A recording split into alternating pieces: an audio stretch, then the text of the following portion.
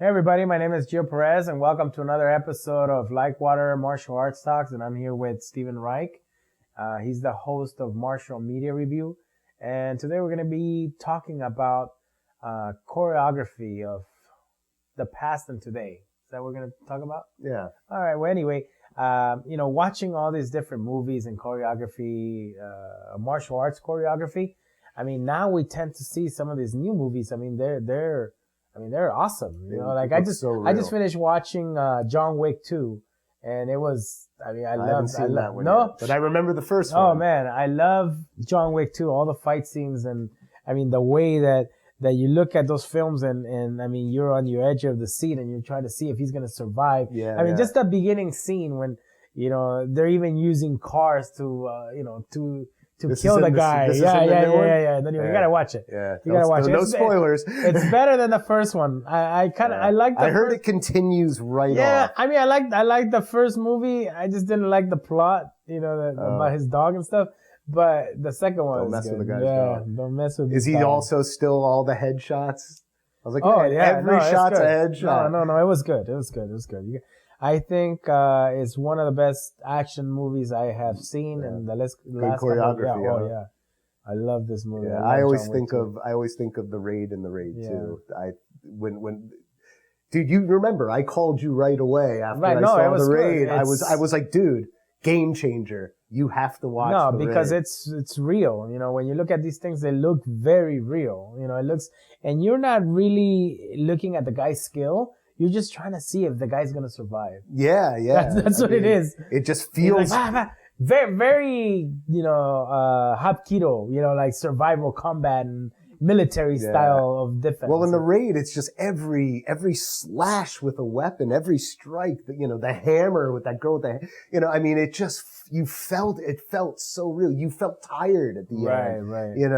Well, one of my personal favorites was the Jason Bourne movies. Oh, I love those movies. I mean, I don't know about you. I don't love the tight shots. I'm kind of a little more partial to the wider shot like Jackie Chan because he liked you to get familiar with the surroundings, so he always wanted a wider shot. Right, but you're looking at a Jackie Chan movie versus a Jason Bourne or versus Jason. Right. Bourne. Oh, it works. I mean, no, but Jackie Chan, you're looking as a martial artist, you're looking at his abilities. And you're looking at him. It covers up a little bit. I mean, and he's using everything around him, whatever he's doing. Right. And you look at his abilities. I mean, he's strong, a strong martial artist. I actually got to see him choreograph Rush Hour 2. Rush Hour 2, yeah. Nice. And the funny thing about this is that my friend told me, hey, you know what? We saw a Jackie Chan trailer over there in some studios, and then I wasn't doing anything that day, so I drove over there. I walked into the studio, and nobody even told me. There was no security, nothing. And I walked in, and I sat down in a chair just like this, and I'm watching them. They're doing the massage parlor scene. And I'm watching him and he's grabbing, he's talking to his followers or his stunt guys. And he said, okay, we're going to do this. We're going to hit you like this. So they're practicing the whole scene and I'm there watching and nobody's telling me anything. And I don't even see them watching me. I'm just watching. I'm just there, watching a master at work doing his choreography. And then later on, I just walked out, but it was just funny that I got a chance to see him. I didn't get to say hi or anything to Jackie Chan, but hey, Jackie Chan, I was there. Yeah. Well, it is. Look, Jackie Chan has a style of movie. I mean, not the Jason. I don't really want to do a direct comparison, no. But just that shot, and this really just how it's directed. It's kind of that shaky cam thing that some people love and some people hate. I have mixed feelings. As much as I'm not the biggest fan of the shaky cam, these fight scenes were so real feeling. I was like grinding my teeth during the movie, in some of that third Bourne movie when he's fighting that guy in the bathroom and he grabs the book and, he's using all these practical things as weapons and stuff. And you're just like, it's life or death. I mean, whoever wins is the guy who isn't dead. Right. And it just made, I'm grinding. So I really, really like, how they did the Bourne movies. And that's, it's a testament how good they are because it's not really featuring martial artists. It's just an action movie, but that's great fight but scene. you're watching him and you want to see if he survives. Yeah, the stakes feel really high. But it was a minimal. I mean, it wasn't like over choreographed. It just felt like that's about simple. It was like that's how you'd react in a block, situation. grab a book, slap you, boom, and you know these long wrestling. You could see that they're all sweating and it feels so real, which is a lot like the Raid. I mean, the Raid is more drawn out. There's no yelling. No, there's no like in some of the traditional martial arts movies, you see them like yelling and yeah, or you see the Van Damme movies that he jumps in the air and it takes him like 10 minutes just to land, and he lands and you know, but you don't see that in the Bourne movies. You know, you just see him and you see them. They're very quiet. They're not even yelling. Nothing. Right. They're just. Plus, it's all practical, like, you know, using books. He rolls up a magazine in one of them and uses it like a stick. I think he attacked him with a pen in the first one. He sticks the pen, the guy's like, pulls it right out and keeps attacking him.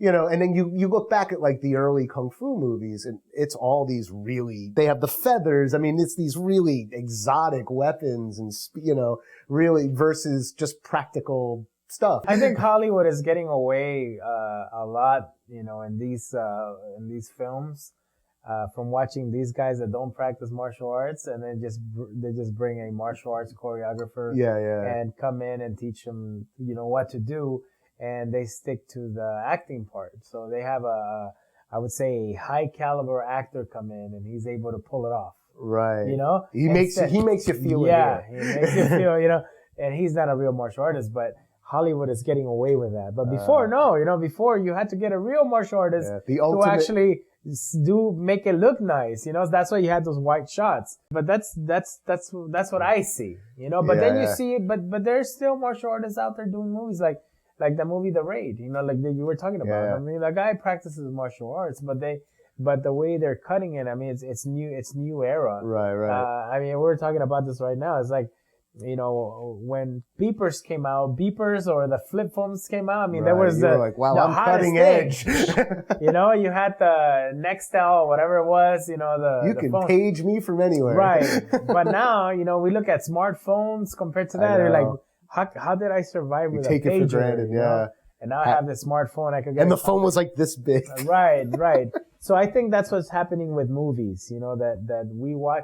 Like, for example, I used to like the Cynthia Rothrock movies, and I used to watch the Dawn the Dragon movies, and I thought they were good, you know, and I like watching those films, the Van Damme films. But then you see something new like John Wick or some of the newer martial art films, and then you go back to see those movies, and it like, just doesn't have the same punch. Like, so bad. You know, they're just so bad. It's not just showing its age in regards to the era. It's like really just in regards to the choreography, the way they did fight choreography in like the 80s and 90s. Right. You know, it's like, you know, come on, you know, you watch a Van Damme movie. If he didn't take off his shirt, do a split, or do a jumping, spinning something in his movie, you'd want your money back. I mean, it just became... That's why you wanted to see. And every movie, you know, and I remember like the Steven Seagal movies. Now, look, I love Steven Seagal because I really didn't know anything about Aikido until I saw a Steven Seagal movie. And I love that, you know, he's exposing the world to Aikido. Right. What I hate is that I can't tell. He plays the same guy in every movie, and he does a lot of the same things. I don't want to say the plots are exactly the same, but he works in these scenes that are in, you know, there's a scene, I don't know how many movies he has that scene where he goes in looking for information, and he wants to question, the guys are like, oh, you know, you just haul us in, you're a cop, we're not going to tell you anything. So he goes, fair enough, here's my badge, here's my gun, I'm putting them right here, now which one of you guys wants to take me? I think that's in like 2 or 3. He repeated that a couple of times in the movies. I think that's what people wanted to see. Yeah. It's like blood sport and kickboxing. There's that split scene. There's that scene where he's in the competition. It's the 45 kick, and then he goes, go, and he kicks him. And they go, and they go back and forth. Like that's in a couple of movies. Right. And I think that was the style of it. You couldn't do that today. It's like, let's see who takes, who could take the social media would jump all over that shit. You do that today. Like if you did that if Raid 3 or Ip Man 3, he starts pulling the same, Ip Man 4, I guess. Ip Man 4, right? He starts pulling the same thing out of his bag of tricks. They're like, dude, you did that already. We want to see something new. I mean, I just think we're spoiled now. I mean, even, like you go back to the I think it's faster. I mean, technology is just moving so fast. Our eyes are moving so fast. Yeah. Well, you get all this time. The audience wants more thing, not being satisfied. You just want better quality things. You have all this time to improve on it too. Right. No, but you know what? It also shows a lot of the personality of who's doing the film.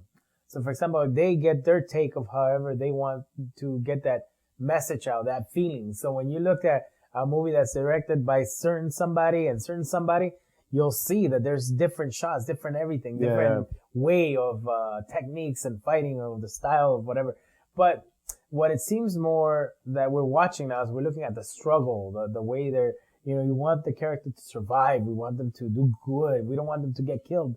But we're at the edge of the seats because they're about to get killed. They're about to, it almost seems like they're lost. Yeah. Well, that's what happens when they over choreograph. The stakes go away because it's like, look, they took all that abuse already and they're still standing. Right. They're just going to keep going on. Yeah. I mean, do you enjoy the way it's choreographed now versus watching a Bruce Lee movie or? I mean, because those are classic movies. I still enjoy watching a Bruce Lee movie. I think the Bruce Lee movies hold up a lot better choreography-wise than there's something about the early 70s. I noticed a lot of the movies that came out back then, the fight choreography was a little different than as it got in the later, you get to like 78 and you get like the 36 Chambers Shaolin. Because I think you get real martial artists in those movies. You didn't have actors. I mean, they're actors, but in the same way, they're martial artists. So you're able to see all these movements and they were probably attacking themselves. I mean, there was one documentary where he's, Chuck Norris is talking about his scene that he did in the Coliseum with Bruce Lee. And he says that they went at it. They were hitting each other. They were touching themselves. Every time they were kicking, he was actually getting kicked. He was getting punched. They were, so when you look at that fight scene, I mean, and it looks so real. Because it was real. Yeah. I mean, they were not punching to the point where you're beating each other up, but they were, making contact, but they were such skilled martial artists that they made it look real. Yeah. Well, lesser known fact about the Bruce Lee movies, particularly, a lot of them, he was, especially toward the end, he was really trying to slip in his Jeet Kune Do concepts whenever he could. I mean, look, of course, for movies, you have to do a little bit of flashy things, this and that's maybe a little less practical. But, he was like, especially like Game of Death, the movie he never finished, he talked about everything was symbolism, everything, when he fought Dan Inosanto, why did he use the bamboo stick as opposed to a short stick like Dan Inosanto? He said it's supposed to show flexibility. It was supposed to show his no style, no way as way philosophy. Right. He was trying to put that in there. So I think that's part of why his fight scene, like with Chuck Norris, there's a lot of like intercepting attacks against Chuck Norris. Breaking. I mean, I remember that last part where he breaks his wrist and breaks his knee. And kills him. I mean, he went into he went into those shots. It was awesome. It looked and Chuck real. Norris demonstrates the indomitable spirit by never giving up. Yeah, and I mean, he killed pretty much a champion, martial artist, and they gave him a career, being in that movie. Even though all the other movies that Chuck Norris did, I mean, talk about really playing the same guy. Well, Chuck Norris. The funny thing about Chuck Norris is, I have a theory that his trick was to surround himself with really horrible actors, so he always looked like a better actor than he really like was. Steven Seagal. I know Steven Seagal, when he did his moves and you would see him breaking arms and throwing guys around, he actually was throwing around stuntmen. Really, I've heard that he was brutal against them. Yeah. Like really grabbing them as throwing them. Are you okay, buddy? It's like, but they were in the movie. Until it became wash, rinse, repeat. Yeah. I really liked it. It's like, look, it's all amazing the first time you see it, you know? And Steven Seagal, you know, you talk again, you know, you made that good point about having a strong actor in there to sell it, right. you know, to sell that fight and make you feel the intensity of it. Right. And, you know, Seagal, you know, Above the Law, he was, you know, opposite Pam Grier and Sharon Stone, right. you know, and Under Siege at Tommy Lee Jones. I think he's an Academy Award winner. Right. Gary Busey before he went crazy.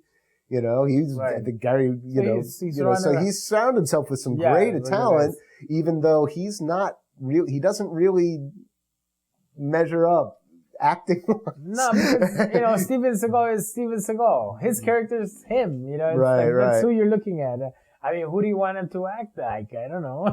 Right. Like, that's who he is. Van Damme tried to go out of the box. I mean, a little more I think in his movies, Steven Seagal movies, he's either playing an Italian guy or a Native American guy, right? Yeah, that's true. That's usually that's what true. It is, yeah.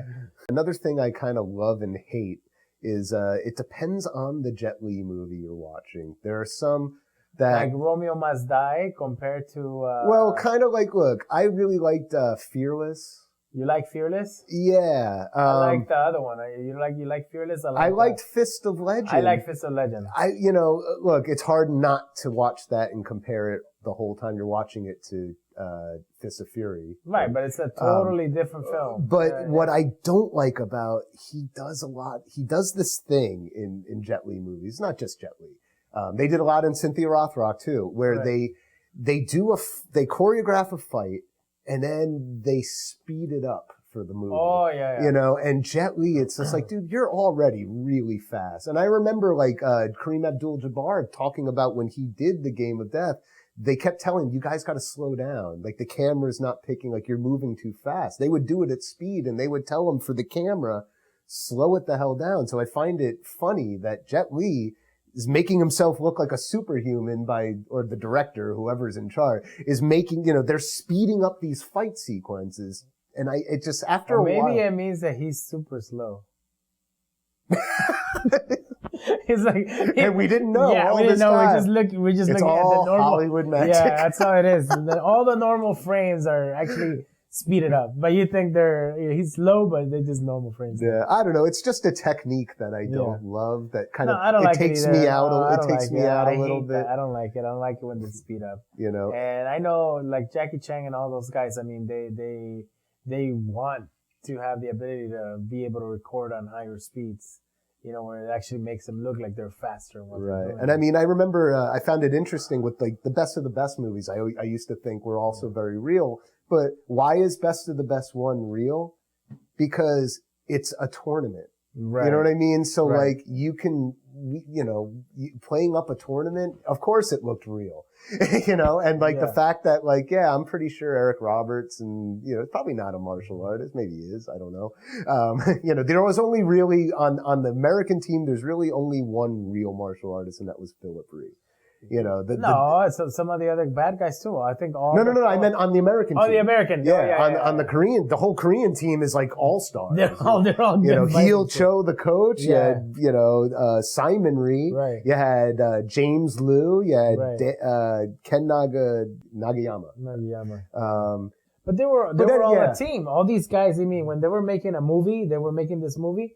You know, they're in the same club. Well, the first one, I mean, you know, I remember when we were at the Hall of Fame and we met Simon Ree. We met Simon Ree at a Hall of Fame. Oh, yeah. And the guy couldn't have been nicest guy you ever met. Yeah. And I asked him about like, you know, I got to tell you, man, the fight at the end of the Best of the Best with you and your brother it's got to be one of the best fights filmed. Right. It looks so good. You know, and he's just like, yeah, well, we're brothers, you know, like, you know, this is what we do, you know, this is old, you know, any day of the week could have been, you know, and I'm like, yeah, well, it really like, you know, that's a tough act to follow. I mean, what you guys did, you go to the next movie or any movie after that, of the Best of the Best. And because it's no longer about a competition, even that Coliseum thing. No, but it's fine. He still comes out and helps them. Well, yeah, but the fights become less believable. Right. You know, like as the series went on from, you know, volume, whatever number. Right. I think it just got more and more outrageous. There was one where they're fighting the Ku Klux Klan, right? Yeah. One, and then there's another one one where he's dressed like a clown. He's kicking with the big shoes. Right. So, you know, I mean, it gets a little ridiculous, and that's all during that late 80s, early 90s period. I think they just try to keep the name, you know, the best of the best. I think they should have just cut it at Best of the Best 2, and that was it. Yeah, the first two are... Call the other movies like another name. Yeah. You know? Don't get me wrong. The second, I love Best of the Best 2. Yeah, I like I really love that. I think there's so many quotable lines. I think the fights are really good. It's got a lot of martial art talent. But yeah, it's not as... The fights are less believable than the first movie, which was a little more based on... It was really just a story. The first one's really, you know, if you think about it, it's Rocky IV. Yeah, it's a struggle. Replace Korea for Russia, replace the Ivan Drago for the Korean team. Right. It's kind of the same movie. Right. Same thing. What do you think is next? Like, you know, what's the next level for I choreography? Don't know. You like to do choreography. I love it. I love John Wick. I think, is it the Jackie Chan kind of theatrical? No, it's more of the struggle. It's more of the, I think weapons and, breaking and making it more realistic.